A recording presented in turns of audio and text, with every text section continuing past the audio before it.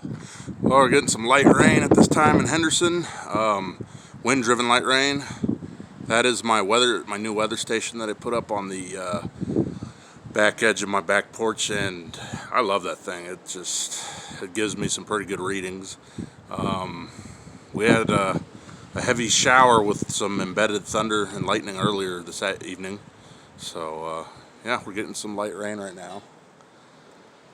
This is freaking awesome. We're under a wind advisory still. We had some pretty strong winds earlier.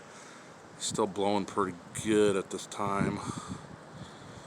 Oh, this is my view northwest of here towards Las Vegas.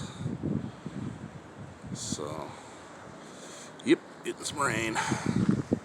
I picked up 0.05 of an inch of rain earlier this evening. So yeah.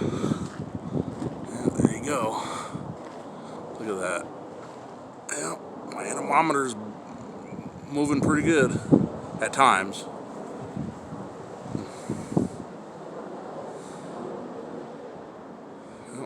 Alright guys, that's the latest on the weather here.